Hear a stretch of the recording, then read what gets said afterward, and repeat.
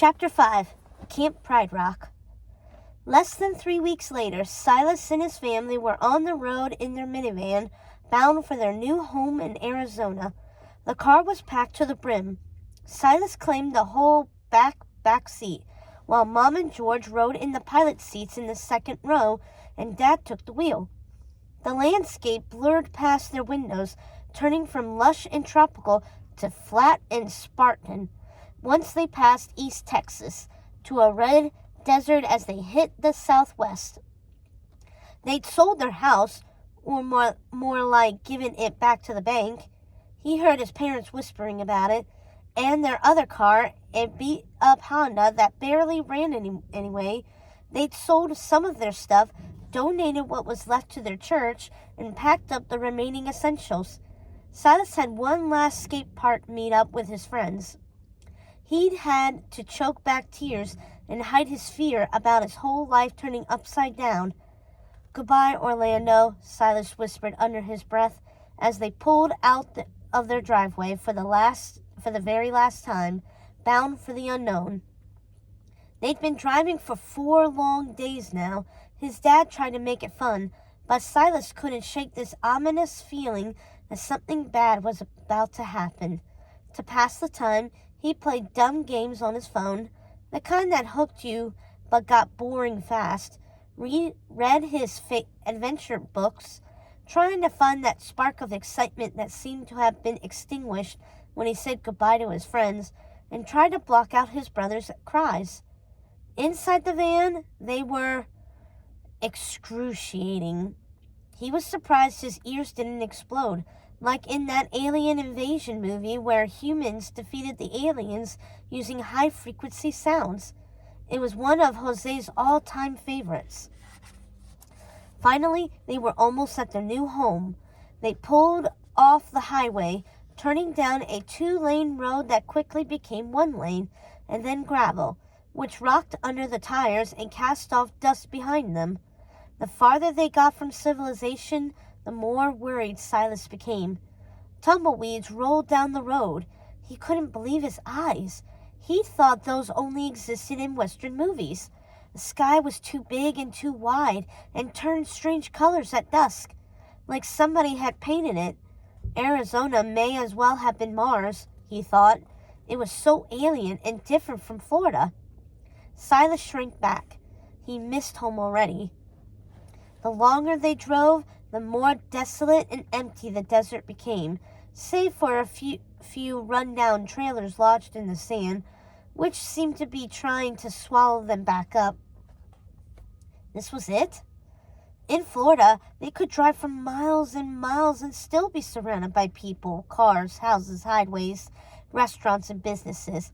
But out here, there was nothing, not even a fast food restaurant or grocery store in sight. Silas had a bad feeling about, well, all of it.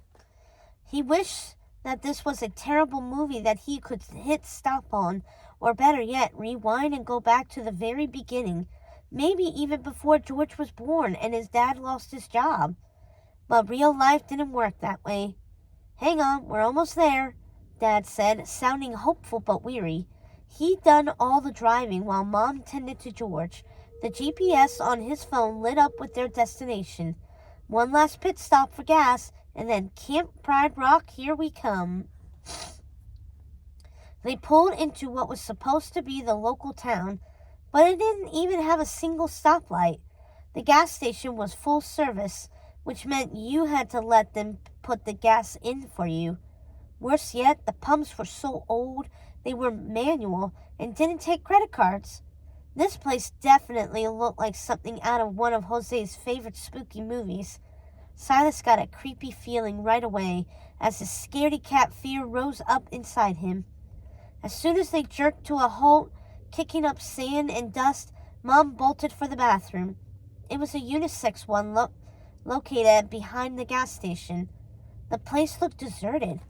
Was anyone there? But then the bell jingled at the gas station attendant wandered out of the shop. She wore coveralls stained black with grease and a cowboy hat. She spat in the dust. "What'll it be, sir?" she asked Dad, leaning against the window. Regular, Dad said, not used to having somebody get his gas for him. She hooked it up and started pumping it, then came back to the front to wash the windows with dirty water. She looked closely at Dad, then pulled back with a start. Well, well, the long-lost brother returns, she said. Her eyes narrowed, then darted to the back where Silas sat behind the baby seat. What do you mean? Dad said, taken aback. Ha! You're the spitting image of old Scarlet, rest her soul. You must be her brother. Her face hardened when she said that last part, almost like she wasn't pleased with their arrival in town. Silas watched her closely, feeling more unsettled with each second that passed. Guilty as charged, Dad said. He chuckled, but she remained deadly serious. Her face was lined and sun-browned, while her wiry hair was tied back with a leather string. She had a chunky turquoise and silver necklace strung around her neck. I'm Billie Jean. Guess Ma was a fan of that musician. He had a song. It was her favorite. Played it all through her pregnancy. But folks around here call me Billie. Nice to meet you, Dad said. Ricardo Reyes. Billie glanced at Silas. And that must be the little prince. Excited to visit Pride Rock? Silas shrank back from her gaze. Sure, he mumbled. His voice seemed to have deserted him, which usually happened when he was afraid. His friends often joked that when that happened, the cat got his tongue. Billie nodded, then spat in the dirt again. Such a shame. I miss that old bird. She was one of a kind. Bit eccentric, I'd say. Had a parrot named something silly and a walking stick. Never saw her without them. Ha! That sounds like my sister. We're taking over the camp, Dad explained. She left it to me in her will. We're going to fix it up and hopefully reopen it for the campers next summer. Billie frowned at that news, but then, snap! The pump clicked off. After she unhitched the nozzle and replaced the gas cap, Billie returned to the front window with a strange look on her face. She squinted at the high bluff that towered over the minuscule town. The sun was starting to set behind it, casting the whole valley into deep shadow. Bad things happen to folks who live up there, she said. Those words hit Silas hard, and he flinched deeper into his seat. What did she mean by that? Dad also looked taken aback. Are you talking about what happened to my sister? Just you and your family, be careful, that's all. Then she took Dad's money and headed back inside with a noticeable hinch in her gait. A gust of wind blew sand at their old minivan. Dad cranked the window up, but not fast enough. Silas was able to taste grit on his tongue. What do you mean, bad things? Mom asked when she rejoined them in the car. No clue, Dad said. It was strange. Think she was talking about Scarlet? Mom pressed. Worry strained at her voice, making it waver. We still don't know what happened to her. Dad shot her a warning look. Her lawyers were clear that it was a terrible accident, nothing more. But that was the first Silas had heard of that. An accident? He perked up, listening closely. He'd assumed his aunt died the way, well, a lot of older people did, from a heart attack or something like that. But an accident? Billie's words flashed through his head again. Bad things happen to folks who live up there. Fine, but then what did she mean? Mom said. She sounded concerned. George fussed softly next to her. She reached over, tucked in his blanket, and patted him gently. Again, Silas wished she tended to him, but he wasn't a baby, so he couldn't compete. Ricardo, you're avoiding the question, Mom said, when Dad didn't answer right away. He didn't like anything that interfered with or put a damper on his exciting plans.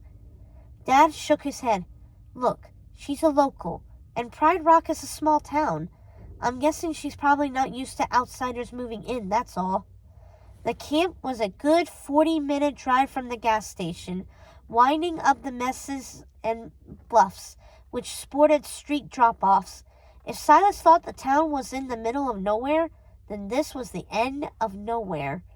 That bad feeling poured larger in his stomach, making it churn. It got worse the farther they drove. The gravel road hadn't started off well maintained, and now it didn't seem maintained at all. Their minivan wasn't made for off-roading. It slipped and lurked into ruts, making Silas bounce around, held in place only by a seatbelt. Meanwhile, George had a cozy cushioned car seat next to his mom and didn't seem to mind. Plus, she tended to his every need. Life isn't fair. Silas crossed his arms and tried to keep still and not get car sick. But the more they jostled and jerked up the dirt road, if it could be considered a road at all, the more nauseated he felt. Finally, after what felt like an eternity, and right as the sun was setting and casting them into darkness, they pulled up to the entrance to the camp. Silas recognized it from the pictures. Camp Pride Rock.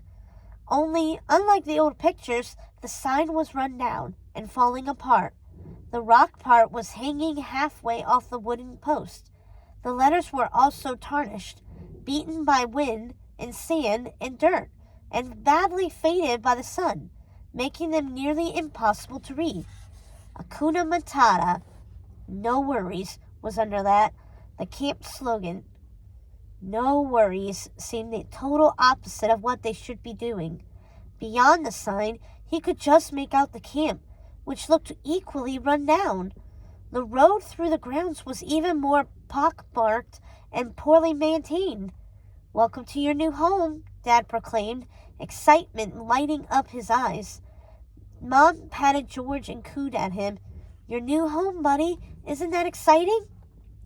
He burped and spat white goo in response. She beamed at him. The baby couldn't really even smile yet. Why did she think he was the cutest thing in the world? Silas felt like he was in an alternate universe and experiencing a totally different reality than the rest of his family. Bile singed his throat. He swallowed it back. His heart raced, and he tried to still it, but it disobeyed, pumping fear and adrenaline through his veins. He stared at the sign and derelict road and campgrounds in horror and thought, this was their new home?